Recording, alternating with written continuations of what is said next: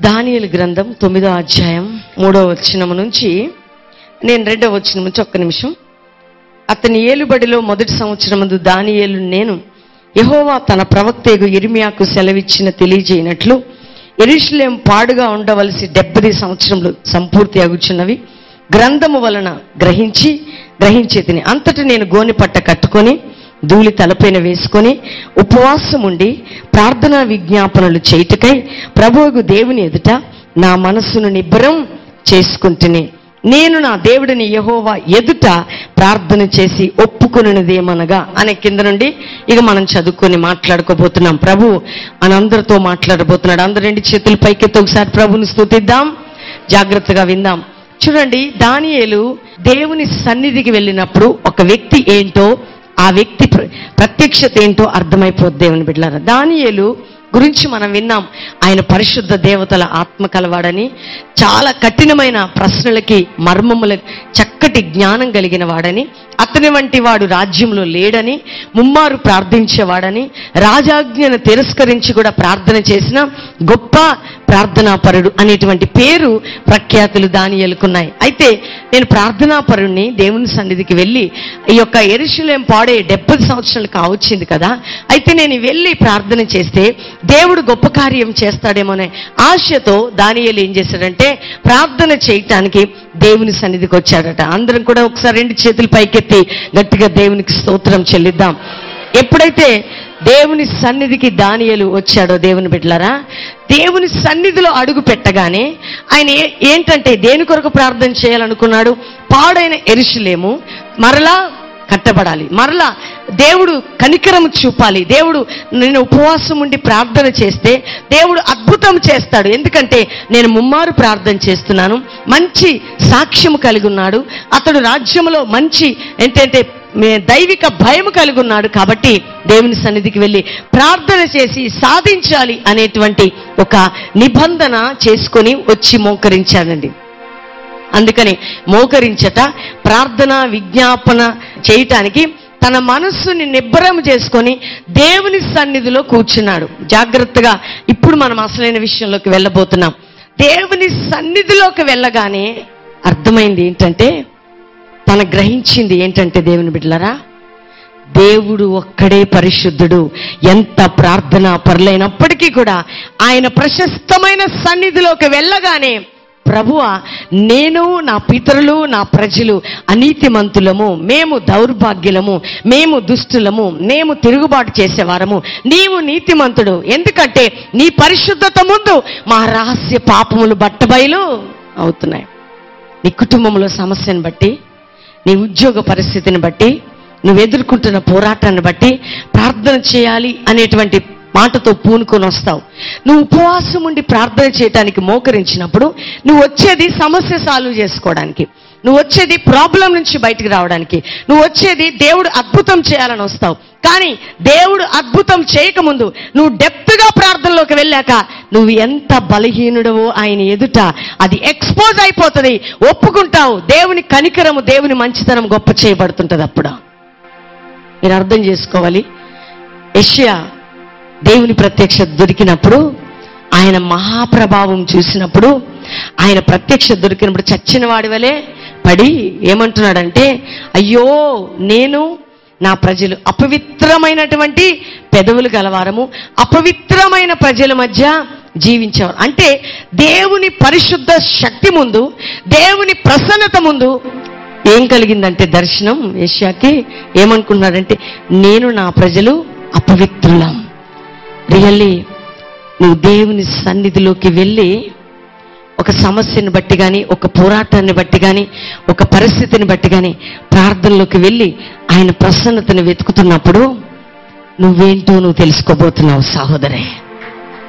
అర్థమవుతుందండి? దానియేలు ఏంటో తెలుసుకున్నాడండి. దానియేలు ప్రజలేంటో తెలుసుకున్నారు. ఎప్పుడైతే దానియేలు అది గ్రహించి ఒప్పుకొని ప్రార్థన చేయటం ప్రారంభించాడో దేవుని కృప దానియేలుపై దిగింది. దేవుని బిడ్డలారా, చూడండి, 70 సంవత్సరాలు అయిపోయిందయ్యా, అయ్యా పాడైపోయిందయ్యా, కట్టయ్యా అని బ్రతిమలాడలే దానియేలు. ఏమనంటే దేవుని ప్రజెన్స్లోకి నిబ్బరం చేసుకున్నాడు మనసుని. ప్రార్థన చేయటానికి ఒక స్టెప్ వేశాడు, విజ్ఞాపన చేయడానికి రెండో స్టెప్ వేశాడు. తాను దేవుని సందరికి ఇట్లా డెప్త్గా వెళ్ళగానే దేవుని నిజమైన ఏమంటారు ప్రత్యక్షత ముందు దానియేలు, నేను నా ప్రజలు అల్పులమే, ఇది పొందుటకు తగిన వారమే, ఇది అనుభవించుటకు యోగ్యులమే, నిజంగా మేము పాపులమే, మేము దౌర్భాగ్యులమే, మేము బలహీనులమే, కానీ నీవే కృపగలిగిన దేవుడు అని నీ సన్నిధికి వచ్చినాక నేను గ్రహించా. ఎప్పుడు తెలుసుకుంటామో తెలుసండి, ప్రభువా నా గర్భాన్ని తెరువయ్యా, ప్రభువా నా బిడ్డల్ని ఆశీర్వదించాయి అయ్యా, అద్భుతాలు చెయ్యయ్యా అని నువ్వు ఉపవాసం ఉండి ప్రార్థన చేయటానికి వస్తావు. నిజమే, కార్యము కలుగు చేసేది ఉపవాస ప్రార్థన. నీ జీవితంలో అద్భుతం చేసేది ఉపవాస ప్రార్థన. నీ కుటుంబంలో కట్లు తెంచేది ఉపవాస ప్రార్థన. అది ఎప్పుడు జరుగుతుందంటే ఉపవాస ప్రార్థనలో దేవుడు మారడు గాని మనమే దేవునికి అనుకూలంగా మార్చబడతాం. దేవుని బిడ్డలారా, ఎప్పుడైతే దేవునికి అనుకూలంగా మార్చబడ్డామంటే దేవుని సన్నిధికి వెళ్ళి మనము బలహీనులము, మనము వట్టివారము, ఆయన పరిశుద్ధత ముందు మనం అల్పులమని తేలిపోయినప్పుడు ఎప్పుడైతే ఆయనని క్షమాపణ అడుగుతామో ఆయన కృప ఏ కృపగా మారిపోద్దంటే శాశ్వత కృపగా మన మీద మారిపోతుంది. అంటే ఫాస్టింగ్ అనే మాటకి అర్థం ఏంటండి? ఉపవాసము. ఈ ఉపవాసం అంటే దగ్గరగా వాసం చేయటం. ఎవరికంటే దేవునికి. ఈ దేవునికి దగ్గర అవుతున్నప్పుడు నీలో ఉన్న మస్టు, నీలో ఉన్న పాపం, నీలో ఉన్న బలహీనతలు, నీలో ఉన్న రహస్య బలహీనతలు ఇవన్నీ కూడా ఆయన పరిశుద్ధత యందు బట్టబయలవుతుంటాయి. ఎప్పుడైతే బట్టబయలవుతుంటాయో నీ జీవితంలో ఎదుర్కొంటున్న శ్రమను బట్టి కానీ పోరాటాన్ని బట్టి కానీ నేను నా కుటుంబము ఇది అనుభవించుటకు తగిన వారమే, కానీ నువ్వు కృపగలిగిన దేవుడు అని ఎప్పుడైతే నీవు ఆ సమర్పణలోకి వస్తావో అప్పుడే నీకోసం పరలోకములో దేవదూతను దేవుడు తయారు చేస్తాడు. అందుకని గాబ్రియల్ దూత ఏమంటదండి దానియేలు దగ్గరికి వచ్చి, దానియేలు నువ్వు బహు ప్రియుడవు. ఎందుకో తెలుసా? నిన్ను నీవు తగ్గించుకొనిన మొదటి దినమునే నీ మొర పరమున వినబడ్డది. ఏం తగ్గించుకున్నాడండి దానియేలు? అయ్యా యెరూషలేం పాడైపోయిందయ్యా, కట్టయ్యా, చెయ్యయ్యా, అయ్యా అది చెయ్యయ్యా, ఇది చెయ్యయ్యా అని అడగలేదు. తను ఎప్పుడైతే ప్రార్థన చేయటానికి మనసు పూనుకొని హృదయాన్ని సమర్పించుకొని నిబ్బరం చేసుకొని ప్రార్థన విజ్ఞాపన చేయటకై తగ్గించుకొని పాపులము, అల్పులము, అయోగ్యులము, సిగ్గుపరచబడడానికి మేము తగిన వారము, ఈ శిక్షకు యోగ్యులమయ్యా, కానీ నువ్వు నీతిమంతుడువు, కృపగలవాడవు, మంచివాడవు, దయాదాక్షిణ్యపూర్ణుడవు, దీర్ఘశాంతి గలవాడవు, మహా సమృద్ధి గలవాడు, కృపా సమృద్ధి గలవాడవని తన స్వనీతిని పక్కకు పెట్టి తన నీతిని పక్కకు పెట్టి దేవుని నీతిని ఎప్పుడైతే ప్రార్థనలో కనుగొన్నాడో పరలోకం దానియేలు విషయంలో తెరవబడ్డ. దేవుని బిడ్డలారా, ఇప్పుడు చెప్పండి, క్రైస్తవ బిడ్డలకి ఉపవాసం ప్రాముఖ్యమైందా కాదా? నీ బిడ్డలు మారాలని ప్రార్థన చేస్తుండొచ్చు, నీ కుటుంబంలో పరిశోధన ఉందని ప్రార్థించడు, నువ్వు ఒకవేళ శ్రమల కోసం ప్రార్థన చేస్తుండొచ్చు, ఉద్యోగం కొరకు ప్రార్థిస్తుండొచ్చు, ఇబ్బందుల కొరకు ప్రార్థన చేస్తుండొచ్చు. ఉపవాసం ఉండి ఒకవేళ నీ భర్త త్రాగుడికి బానిసైనా, నీ కుటుంబంలో ఏదైనా శాపము, పాపము, రోగము తాండవిస్తున్నా, అయ్యో ప్రభువా ఏంటి నాయన నాకు విడుదల ఇవ్వని ప్రార్థన చేస్తుండొచ్చు. విడుదల ఇవ్వక ముందు దానియేలు చేసిన మంచి ప్రార్థన ఒప్పుకోలు ప్రార్థన అండి. ఏ కోలు ప్రార్థన? అప్పటి వరకు చేయలే, అంటే ముమ్మారు ప్రార్థన చేశాడు చూడండి, మర్మాలు చెప్పాడు, పరిశుద్ధ దేవతల ఆత్మ గలవాడు, ఆయన ప్రార్థనాపరుడని సాక్ష్యం ఉంది. కానీ ఆ ప్రార్థనాపరుడైన దానియేలు ఈ పరిశుద్ధుడైన దేవుని ఎదుటికి వెళ్ళగానే తన ప్రార్థనని, తన నీతిని, తన స్వనీతిని అంతా కూడా ఏమైందంటే బట్టబయలైపోయింది.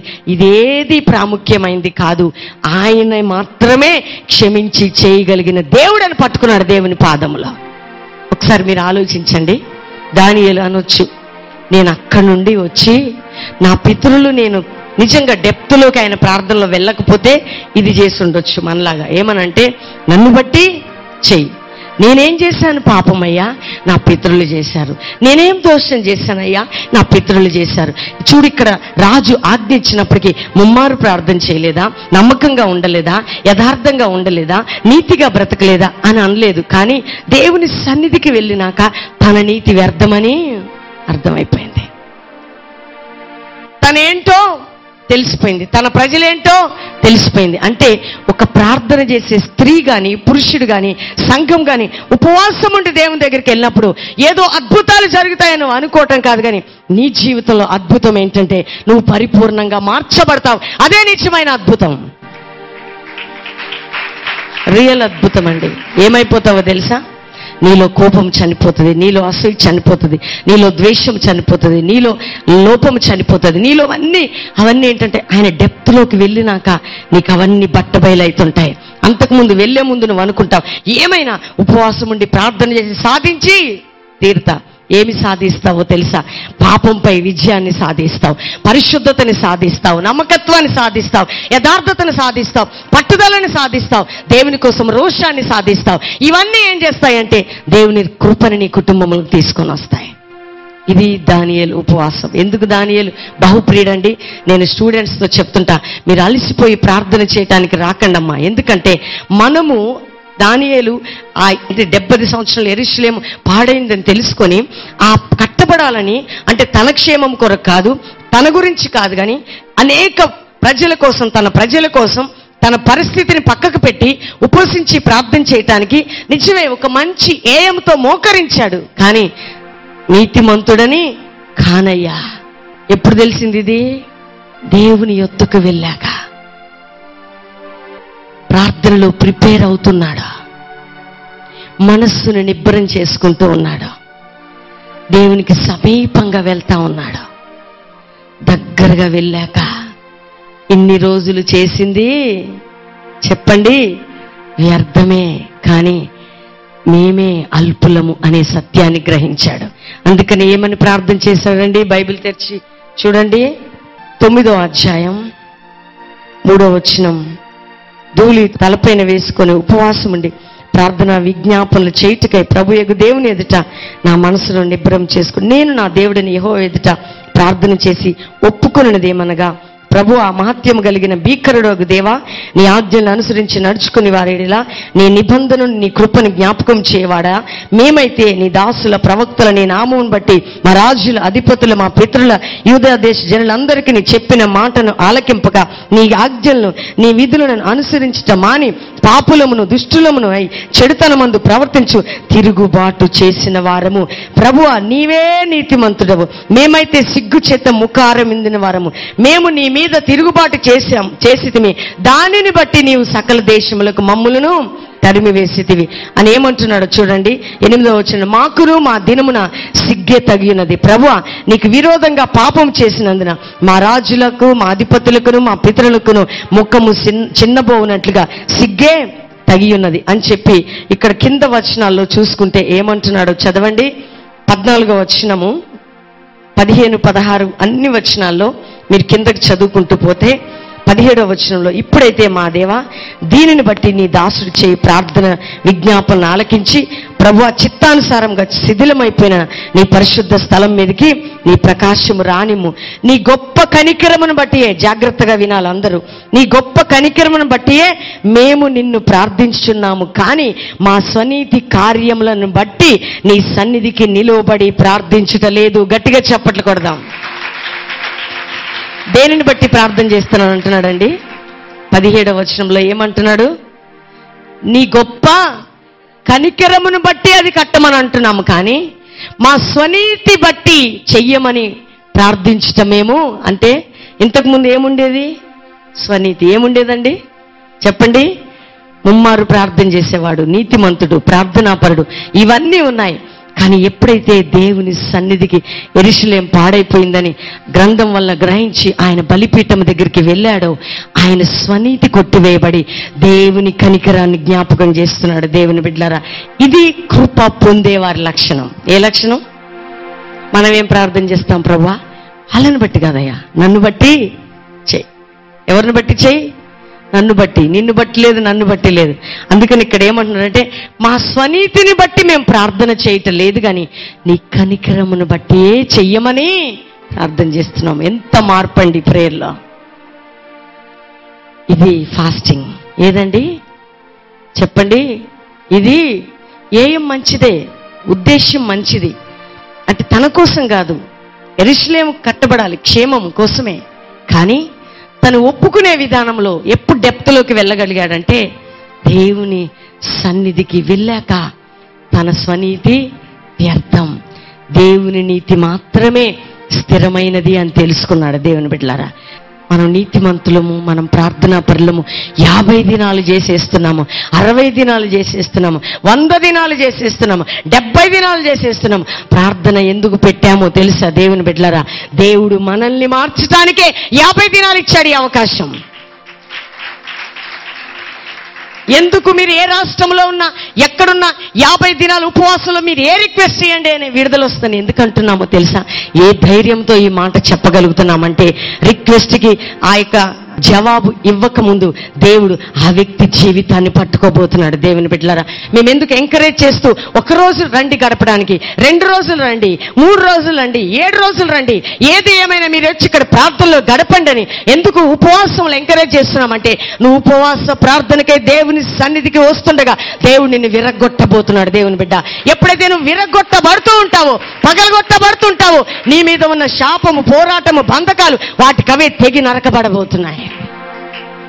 అందుకని ధైర్యంతో చెప్తున్నాం, ప్రతి రిక్వెస్ట్కి మీకు జవాబు కలగబోతున్నాను. సేవకుడుగా నువ్వు విరిగితే, దైవజనుడిగా నువ్వు విరిగితే, ఒక మంచి నాయకుడిగా నువ్వు నలగొట్టబడితే, సంఘముగా నువ్వు విరగొట్టబడితే, నీ ద్వారా దేవుని శిలువ బలియాగం బయటికి రాబోతుంది. అందుకనే ప్రభు మనల్ని ఏం చేస్తున్నాడు? ఈ ఫాస్టింగ్లో చెక్కుతూ ఉన్నాడు. ఎలా చెక్కుతున్నాడు? తన స్వారూప్యంలోకి, తన రూపమందు, తన ప్రేమలో, తన యొక్క ఏమంటాడు, తనకిష్టమైన పాత్రగా ఆయన మలుస్తున్నాడు. అప్పుడు మనం అనుకోవాలి. అందుకని నేను ఎక్కడ భారతదేశంలో, ఆంధ్ర రాష్ట్రంలో మీరు ఎక్కడున్నా ఈ 50 దినాలు ప్రార్థనలకి మీ రిక్వెస్ట్లు పంపండి. మీరు ప్రార్థనలకి రండి, మాతో కలిసి ప్రార్థించండి, మనందరం కలిసి ప్రార్థన చేద్దాం. మన దేశం, మన రాష్ట్రం, మన పట్టణం, మన గ్రామ, మన క్షేమాల కొరకు ప్రార్థన చేద్దామని ఎంకరేజ్ చేయడానికి ప్రార్థనలోకి వచ్చిన నీవు, నీ జీవితం దేవుడు మార్చబోతున్నాడు. ప్రార్థనలకి ఉపవాసం ఉండి ప్రేయర్లోకి ఎంటర్ అవుతున్న నువ్వు ఆయన మహిమలోకి వస్తున్నావు కాబట్టి ఆయన మహిమలో నీ జీవితం వెల్లడి కాబోతుంది. ఎప్పుడైతే నీ జీవితం వెల్లడి అవుతుందో నువ్వు ఒప్పుకోబోతున్నావు. నీవు ఒప్పుకొనడం ద్వారా నీ దేశాన్ని, నీ రాష్ట్రాన్ని దేవుడు స్వస్థపరచబోతున్నాడు. పైకెత్తి చెప్దాం, ప్రభువా ఉపవాసంలో నేను మార్చబడాలయ్యా, నేను మారిపోవాలా. ఈ కార్యక్రమం చూస్తున్న నువ్వు కూడా అనొచ్చు, ఫాస్టింగ్ ప్రార్థనలో నువ్వు ఉంటుండొచ్చు, ఇన్ని రోజులు నీ సమస్య గోజాడు ఉండొచ్చు, నీ సమస్యకి జవాబు లేదేమో, కానీ ఉపవాసంలో నీవు మారుతూ ఉండగా దేవుడు తన చేతిలోకి నీ సమస్యను తీసుకోబోతున్నాడు. ఆయన స్వయంగా జవాబు ఇవ్వబోతున్నాడు. అందుకని ప్రభు అంటున్నాడు, ఉపవాసం ఉండి నా సన్నిధికి వస్తారా, నా యొద్దకు వస్తారా, ప్రార్థన చేస్తారా, నా ప్రజలు నన్ను క్షమాపణ అడుగుతారా, నా సన్నిధిని వెతుకుతారా అని అడుగుతున్నప్పుడు నీవు కానీ సిద్ధపడితే, నీవు కానీ 50 దినాలు ఉపవాస ప్రార్థనలో పాల్గొనడం ద్వారా దేవుడి విజయాన్ని ఇవ్వబోతున్నాడు. దేవుని బిడ్డలారా, కాబట్టి దానియేలు ఉపవాస ప్రార్థనకి వెళ్ళిన తరువాత ఏం మారిపోయిందండి? తన విధానమే మారిపోయింది. అప్పటి వరకు ఏం జరిగిందో తెలియదు, కానీ ఎప్పుడైతే ఉపవాసం ముగించే దినం వచ్చిందో గాబ్రియేలు పరలోకం నుంచి పరిగెత్తుకుంటూ వచ్చేసింది. చూడండి, నిన్ను నువ్వు తగ్గించుకున్న మొదటి దినమునే, అంటే ఫస్ట్ డే తన తప్పులు ఒప్పుకున్నాడు. దేవుడు ప్రారంభించాడు గాబ్రియేలుతో ప్రయాణం. చివరి దినములో గాబ్రియేలు వచ్చింది. ఎప్పుడైతే క్షమాపణ అడుగుతుందో ఈ క్షమాపణ అనే ధూపం పైకి వెళ్తుంది, కృప అనే ధూపం బయటికి నుండి లోపలికి వస్తుంది. దేవుని బిడ్డలారా, క్షమాపణ పైకి వెళ్తున్నప్పుడు కృప దిగి వస్తుంది. క్షమాపణ పైకి వెళ్తూ ఉంటుంది, కృప నీపై దిగి వస్తుంటుంది. అందుకని మనం ఏం చేయాలి చెప్పండి? దేవుని సన్నిధిలో ప్రార్థన చేయాలి. దానియేలు తగ్గించుకున్నట్టు నాదేముంది, నేనేం పొరపాటు చేయలే, నేను గ్రేటు, నేను ప్రార్థనాపరుని, మీకే మారు మనసు లేదు, మీకే రక్షణ లేదు, మీరిట్లా అనే మాటలు ఈ రోజు వరకు ఇతరుల గురించి ఎవరి గురించి అయినా మాట్లాడేవేమో, కానీ ఈరోజు ప్రభు అంటున్నాడు, ఈ ఉపవాసంలో నా ప్రియ కుమారుడా, నా ప్రియ కుమార్తె, నిన్ను నేను మార్చబోతున్నాను. ఎంతమంది బిడ్డలు ఈ కార్యక్రమం చూస్తున్నారు? నా యేసు వారిని తాకయ్యా, వారు క్షమించమని అడుగుతున్నారు. ఈ రోజు వరకు అయ్యో నా భర్త మంచివాడు కాదు, అయ్యో నా భార్య మంచిది కాదు, అయ్యో ఎందుకు ఏ పాపం చేశాను, నాకే ఎందుకు సంభవించింది అని బాధపడి నీ సన్నిధిలో అడిగారేమో. కానీ ప్రభా ఒప్పుకొని ఉపవాసాలుండి వారు క్షమాపణ కృప వైపు చూస్తూ ఉండగా, అయ్యో ప్రభా క్షమించుటకు సిద్ధ మనసు గలవాడు, కనికర స్వరూపుడయ్యా, మంచి దేవుడు ప్రభా, నీ బిడ్డ బిడ్డల్ని క్షమించండి, కనికరించండి అయ్యా, ఓదార్చండి అయ్యా, బలపరచండి అయ్యా, నీ స్వారూప్యంలోకి మార్చండి నాయన. ఈ ఉపవాసాల్లో వారి కొరకు మేము ప్రార్థిస్తున్నాము. నీ స్వారూప్యం వారిని మార్చాలా, నీ గుణాతిశయములు వారిని మార్చాలా, నాయన నీ ప్రేమ వారిని మార్చాలా, నిన్ను పోలి నీ వలే మార్చబడే శక్తి నాయన ఈ ఉపవాసంలో మేము ప్రార్థిస్తుండగా చూస్తున్న బిడ్డలపై దిగును గాక నాయన. ఆ కృప వెల్లును గాక. ఇప్పటి వరకు పరిస్థితులు బట్టి ప్రార్థిస్తున్నారు, ఒప్పుకొలుచు ఉండగా ప్రభా పరిస్థితులు వాటికి అవే విరగొట్టబడాలని ప్రార్థిస్తున్నాము. వారికి విడుదల దొరకాలి, సమాధానము, నెమ్మది, ఆరోగ్యము, క్షేమము, కృప నాయన దొరుకునుగా కానీ ప్రార్థిస్తున్నాను. వారి గురించి మేము ప్రార్థన చేస్తూ ఉండగా ఈరోజే వారి మనస్సు మారిపోవాలి, వారి హృదయం రూపాంతరము చెందాలి. నీ ప్రేమ మంచితనంతో నీ బిడ్డలు నిండిపోవాలయ్యా. గొప్ప కార్యాలు చేసి లేపండి, అద్భుతం చేయమని యేసుక్రీస్తు నామములో అడుగుచున్నాం తండ్రి. Amen, amen, amen.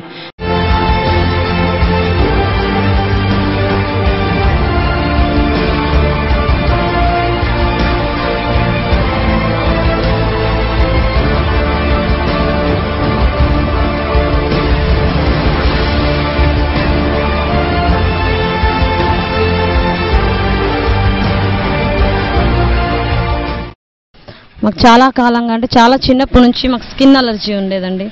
దురద, ఈ తెల్ల మచ్చలు అన్నీ ఉండేవండి. ఎక్కడెక్కడ చూపించినా ఎన్ని లక్షలు ఖర్చు పెట్టినా కూడా అది మేలు కాలేదండి.